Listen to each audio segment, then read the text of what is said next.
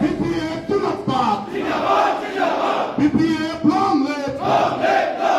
Honorable Mahmoud Tunapa. Honorable Mahmoud long live. Die BPF. Die BPF. Honorable Mahmoud Tunapa. Sultan Besmotari Tunapa. James Besmotari Tunapa. BPF Tunapa. Thank you.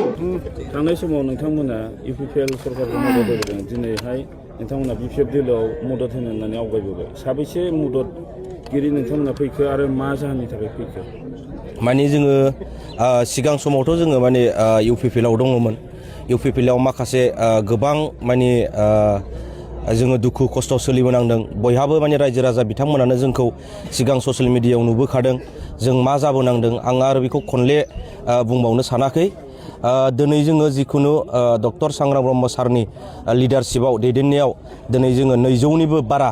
जोङो बेवहाय जयनिं जाबाय जों गासै माने चिरां दुवार नि सेंग्रा जोहोलावफोर बेजों लोगोसे माखासे गार्जेन बिथांमोन जों जयैनो खौसे जानानै दिनै BPF हान्जाखौ बा हाग्रामा महिलारि सारनि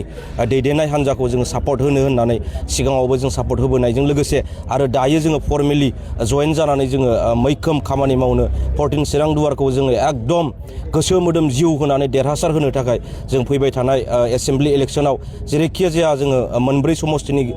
गेजेराव बयनिफ्रायबो बांसिन देरहाहोनानै जेन जोङो 31 नं सिडली समस्तिखौ देरहासार होनो हायो बिनि थाखाय जों खामानि मावनो थाखाय साखाफारा जादों जानो हागौ नोंथांमोननि मददगिरिफोरा गोबां थाबोबावदों बिथांमोनखौ मा खावलायहरगोन बिथांमोनाबो फैगोन बिथांमोनाबो माखासे टेकनिकेल उसुबिदा आरो बिथांमोना माखासे सानस्लाबनो हायैयाव बायदिसिना एसे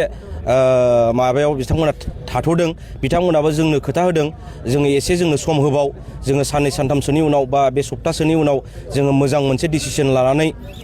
जोङो माने सावरायनानै नोंथांमोनजोंनो गोरोबफागोन जोंहा बिथांमोना बेबायदि बुंदों जों निस्सय आसा खालामो बिथांमोनाबो बे खम समनि गेजेरावनो जों गोरोबफैनानै खामानिखौ मावगोन नोंथांमोन ओंखारबोनायनि उनाव UPPLनि कन्डिशना माबायदि जागोन बुंनो सानो नोंथाङा 14 चिरां दुवार हिसाबैथ' जों ओंखारबोबाय हिसाबै डक्टर सांग्रां ब्रह्म सारनि लिडारशिपनि माखासे दैदेनगिरि हान्जा बिथांमोना फैबाय हिसाबै आरो जोंजों लोगोसे गोबां आरो फैबावगोन आरो जोङो माखासे समाव सम गैयिनि थाखाय जोङो सप्तासेल' सम मोनदों होननानै जों बुंनो हायो जों BPFखौ सापर्ट होफैनाया बै समावबो थांनाय BTC इलेक्सन समाव बिनि थाखाय जोङो माखासे खामानि मावस्लाबनो हायाखै रायजो राजाफोरखौ जोङो बुजायख'नो हायाखै माब्रैनि थाखाय मा जाहोननि थाखाय बोरै जोङो BPF हान्जाखौ सापर्ट होफैदों बिनि थाखाय जोङो बुजायख'नो हायैयाव निस्सय जोङो एसेबाबो खमि जानानै जोङो 430 भटआव जेननो गोनां जादों बेखायनो एबार जोङो रायजो राजाफोरखौ मोजाङै हाबनानै जोंनि बेसेबांसो कर्मि दङ आरो जोंनि सापर्टारफोर दङ आरो जोंखौ मोजां मोनग्रा रायजो राजा बिथांमोन दङ बिथांमोननि सिगाङाव जोङो हाबै रायजो राजानि गेजेराव हाबनानै जोङो मोजाङै बुजायनानै जोङो खौसेयै ज' हाग्रामा महिलारिखौ देरहाहोनायनि खामानिखौ मावगोन नोंथांमोना UPPLआव सरकारनि समाव गोबां मदद मोनदों आरो खामानि मावदों बबे मोनसे एंगेलाव नोंथांमोना ओंखारबोनो गोनां जादों जों थानाय समाव UPPLआव थानाय समाव जोङो खामानि दामानि मोनदों बे नङा माब्लाबाबो रावबो बुंनो हानाय नङा दे आसि थुनानै जोङो बबेबा जोंनि एरियायावनो जा सोरबा MLA सोरबा MP सोरबा EM बिथांमोना जोंनो दे खामानि होदों जे बेक्तिगत हिसाबै जेनेबा आंनो खामानि होदों होननानै खोन्थानो हानाय नङा बुंनोबो हानाय नङा नैबे खामानिखौ उमुगा मावहैदों होननानै नो डाउट जोङो एसे खामानि मावो हिसाबै सोरनिफ्रायबा लानानै सोरनिबा खामानिखौ जों मोनसे मोननै बायनानै मावदों मोनथाम मोनब्रै खामानि जों बायनानै मावदों खिन्थु सोरबा EM सोरबा MLA सोरबा MPनिफ्राय जोङो डाइरेक्टलि नैबे खामानिखौ मावहैदो होननानै हरजानाय खामानि जों मोनसेबो मावाखै आरो जोङो थैस' थांस' जोङो UPPLआव जिउ मोदोम गोसो होनानै खामानि मावबोदोंमोन जोङो खामानि मावबोदोंब्लाबो जोंखौ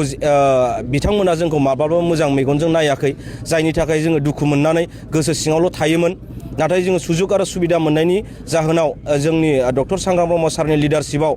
जा सारखौबो थगायबाय गासैखौबो थगायजोबनायनि थाखाय जोंबो दुखु मोनफानानै जोंबो सांग्रां सारनि दैदेननायावनो जयै फैनानै दिनै BPF हान्जाखौ जों सापर्ट होनो फैबाय